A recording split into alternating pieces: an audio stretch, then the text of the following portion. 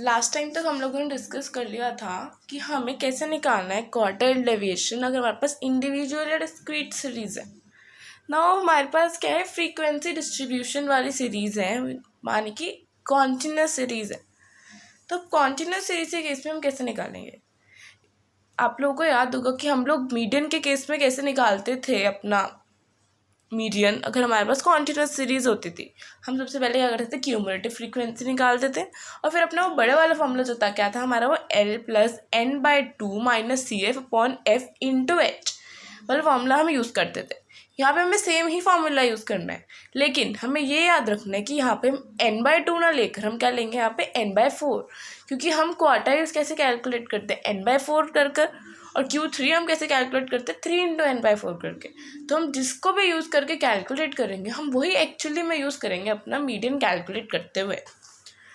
तो हम सारा सबसे फर्स्ट स्टेप क्या है, हमारे को यहाँ पे हमारे फ्रीक्वेंसी डिस्ट्रीब्यूशन का डाटा दिया हुआ है, यहाँ पे हमारी फ्रीक्वेंसी दी हुई है। हम यहाँ पे सबसे पहले अपनी क्यूमुलेटिव फ्रीक्वेंसी कैलकुलेट कर लेंगे।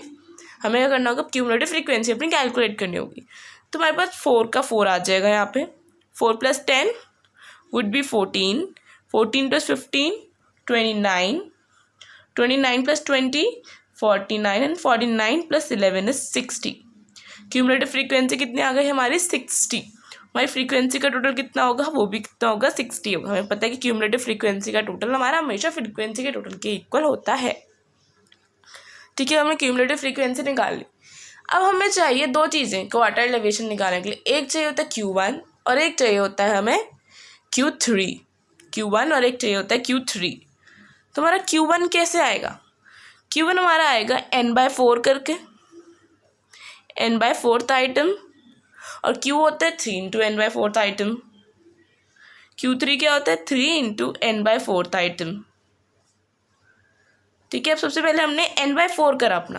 हमारे पास N कितना है, हमारा N क्या होता है इस केस में, हमारा होगा sigma F। Number of observations नहीं है यहाँ पर N, यहाँ पर N है हमारा सिग्मा F। सिग्मा F कितना है, 60/4। आपको ये याद रखना है कि इंडिविजुअल और डिस्क्रीट सीरीज के केस में ये हमारा N+1/4 था, लेकिन कॉन्टिन्यूस सीरीज के केस में हो जाता है N/4। ये आपको बाय हार्ट लर्न करना पड़ेगा, क्योंकि अगर आपने यही गलत कैलकुलेट कर लिया तो आपको पूरा क्वेश्चन ही आगे गलत ही होगा, कोई चांसेस ही नहीं है उसके सही होने के। तो इसलिए आपको ये मेनली पॉइंट ध्यान में रखना है कि it is N/4 in case of continuous series and it is N+1/4 in case of individual and discrete series. हम N/4 कैलकुलेट करेंगे, N/4 आ जाएगा हमारे पास 15th आइटम। ठीक है, 15th आइटम आ गई। अब हम क्यूमुलेटिव फ्रीक्वेंसी वाली लाइन में देखेंगे, 14 तक हमारी 15th आइटम नहीं लाया करेगी, लेकिन हमारी 15th आइटम 14 के बाद और 29 से पहले लाया करेगी। तो इसका मतलब है वो कौन सी हमारी इस क्लास में लाया कर रहा है, ये हमारी हो गई Q1 क्लास। Q1 क्लास कह सकते हैं, उसमें मीडियन क्लास कहते थे, Q1 के लिए हमारे Q1 के लिए हमें ये डाटा यूज़ करना है, तो इसलिए हम इसे इसको मार्क कर लेते हैं कि हम कंफ्यूज ना हो। अब हम Q3 का देखते हैं। Q3 कैसे आएगा, 3 × N/4, N तो सेम ही है विच इज 60, 3 × 15, 60/4 इज 15, 3 × 15, ये क्या होगा हमारा 3 × 15, तो ये हो जाएगा हमारा 45th आइटम। ये हो गया हमारे पास 45th आइटम। 45 देखना है हम, यहाँ पे नहीं लाया करेगा, 14 तक भी नहीं, 29 तक भी नहीं, लेकिन 49 से पहले होगा, 29 के बाद होगा। तो यानी कि इस क्लास में हमारा क्या होगा, Q3 क्लास हो जाएगी। ये क्लास हो जाएगी हमारी Q3 क्लास, इसमें Q3 हमारा लाया करेगा। ठीक है, हमने दोनों की क्लासेस ढूंढ लिया। हम Q1 देखते हैं हमारा कैसे निकलेगा फॉर्मूले की हेल्प से। Q1 = L+N/4 - CF/F × I। अब L क्या होगा हमारा, L इसमें होगा हमारा लोअर लिमिट। लोअर लिमिट किसकी, हमारी Q1 क्लास की लोअर लिमिट, यानी कि ये हमारी Q1 क्लास है, इसकी लोअर लिमिट क्या है हमारी 40। लोअर लिमिट क्या है हमारी Q1 क्लास की 40।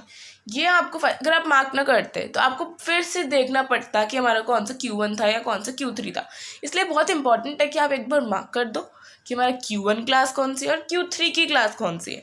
Q1 क्लास में हमने देखा हमारी लोअर लिमिट कितनी है 40 यहाँ पर आ गया, और N/4 कितना था हमारा, यहाँ पे हमने कैलकुलेट करता 15, क्यूमुलेटिव फ्रीक्वेंसी, ये वो सामने वाली क्यूमुलेटिव फ्रीक्वेंसी नहीं है, दिस इज 29 नहीं है, उससे जस्ट अबव, उससे प्रिसीडिंग वाली हमारी क्यूमुलेटिव फ्रीक्वेंसी यहाँ पर आती है, विच इज़ 14 अपॉन फ्रीक्वेंसी जो कौन सी Q1 क्लास की ही फ्रीक्वेंसी विच इज़ 15 इंटू आई क्या होता है हमारा, आई हमारा होता है गैप जो है हमारी अपर लिमिट और लोअर लिमिट हमारी Q1 क्लास का। हमें बेसिकली सिर्फ इसका देखना कि इस वाली उसके अंदर कितना गैप है, कितना गैप है यहाँ पे 20, तो ये हो गया हमारा इंटू 20, ठीक है। 14 + 15 - 14 अपॉन 15 इंटू 20, ये आ जाएगा हमारे पास 40 + 1/15, 1 इंटू 20 हो जाएगा 20/15, ये आ जाएगा हमारा अप्रॉक्स 41.33। Q1 आ गया हमारे पास 41.33। अब हमें कैलकुलेट करना है क्या Q3 sorry mean deviation, total deviation का हमें क्या चाहिए, Q1 और Q3 चाहिए, क्योंकि Q3 कैसे आएगा L प्लस, हमें Q3 कैसे कैलकुलेट करते, Q3 हमने करा था 3 इंटू n/4 यूज़ करके, तो हम यहाँ पे यही लिखेंगे 3n/4 minus CF upon F into I. Okay, L कितना है अब हमारा यहाँ पर, L है हमारा यहाँ पर, कहाँ पे देखेंगे अपनी Q3 क्लास में, Q3 क्लास हमारे पास ये है, Q3 क्लास हमारी कौन सी है, ये L क्या है इसमें हमारा 60, लोअर लिमिट है L यानी कि 60 है, तो L हो गया हमारा 60। 3n/4 हमने अभी कैलकुलेट करा था, ये है हमारा 3n/4, क्या आया था हमारा 45, तो हमारा क्या हो गया 3n/4 45। क्यूमुलेटिव फ्रीक्वेंसी कौन सी थी, preceding the Q3 class, preceding वाली फ्रीक्वेंसी हमारे होगी यानी कि कौन सी होगी 29, तो हो गया 29 अपॉन फ्रीक्वेंसी, हमारी फ्रीक्वेंसी कौन सी जो हमारी Q3 क्लास की फ्रीक्वेंसी है क्या है 20, तो हो गया 20 इंटू आई, इनके बीच का गैप आप सेम मत ले लेना, हो सकता है कि अलग अलग गैप हो, तो आप पहले वाला का आपको लगता है कि 20 है तो इसका वो 20 होगा, ज़रूरी नहीं है ऐसा, अलग अलग गैप भी हो सकता है, तो उसमें हमें देखना पड़ेगा हमें कि कितना गैप है इनके बीच में, 60 और 80 20 ही गैप है, यहाँ पर सेम है, लेकिन हर जगह ज़रूरी नहीं है कि ये सेम ही हो, तो इंटू 20, ओके, ये आ जाएगा हमारे पास 60 प्लस 16, 20 से 20 यहाँ पे कैंसिल हो गया हमारा, तो आ गया हमारे पास 76, 60 + 16 हमारे पास आ गया 76, पहले वाला था Q1 हमारा 41.33 आ गया 76। अब हम क्वार्टर डेविएशन अपना कैलकुलेट करेंगे। क्वार्टर डेविएशन किसके इक्वल होता है, Q3 minus Q1 upon 2, Q3 है 76 माइनस Q1 कितना है हमारे पास 41.33 अपॉन 2, यह आ गया हमारे पास 34.67 upon 2 which is equal to 17.34, ये हमारे पास आ गया क्वार्टर डेविएशन। ओके, नाउ हमें कैलकुलेट करना है coefficient of quarter deviation. Coefficient of quarter deviation क्या होता है, it is Q3 minus Q1 upon Q3 plus Q1। Q3 minus Q1 कितना था हमारा, यहाँ पे अभी हमने निकाला था इस 34.67 अपॉन Q3 प्लस Q1 हमारा आएगा अप्रॉक्स 117.33, ये आएगा हमारा 0.3 के अराउंड, ठीक है। ये हमारा हो गया coefficient of quarter deviation. Okay, अब हमने अपने तीन मेजर्स कर लिए हैं, हमने कर लिया रेंज, क्वार्टर डेविएशन और मीन डेविएशन। अब हमारा सिर्फ एक मेजर बचा है, वो क्या है हमारा स्टैंडर्ड डेविएशन। अब जो बचा है वो क्या है हमारा स्टैंडर्ड डेविएशन, ये हमारा लास्ट मेजर है कैलकुलेट करने के लिए डिस्पर्जन। अब स्टैंडर्ड डेविएशन क्या होता है, स्टैंडर्ड डेविएशन एक तरीके से स्क्वायर रूट है, स्क्वायर रूट यानी कि अंडर रूट या फिर कह सकते हैं स्क्वायर रूट है of arithmetic mean of the square of all deviations.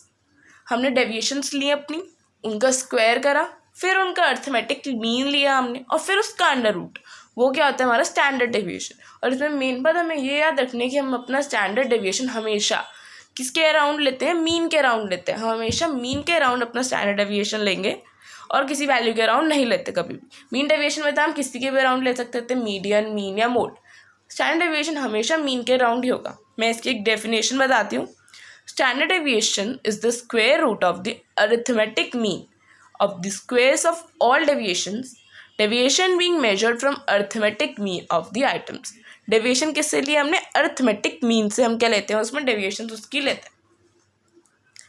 Okay, ये मोस्ट सेटिस्फैक्ट्री एक तरीके से एक साइंटिफिक मेथड है, ये वाइडली यूज़ करा जाता है स्टैंडर्ड डेविएशन के डिस्पर्जन कैलकुलेट करने के लिए। हर जगह ऑलमोस्ट यही यूज़ होता है। इसको सबसे ज़्यादा मोस्ट एक्सेप्टेबिलिटी जो है वो इसी मेथड को मिली गई है।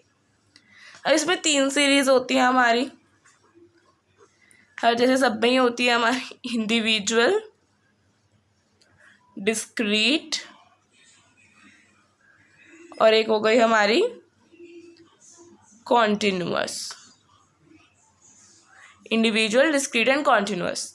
इंडिविजुअल पता है इसमें फ्रीक्वेंसी नहीं होती, इसमें फ्रीक्वेंसी होती है, और ये क्या होता है, ग्रुप्ड फॉर्म में दिया होता है। अब इन सब के भी अलग अलग वेज हैं कैलकुलेट करने के लिए, तो इसको हम नेक्स्ट वीडियो में डिस्कस करेंगे स्टैंडर्ड डेविएशन को पूरी न्यू वे से। तो तब तक आप लोग एक बार ये तीनों मेजर्स को क्या करें, रिवाइज करें, उनके कुछ क्वेश्चंस क्या हैं सॉल्व करके देख सकते हैं। ओके।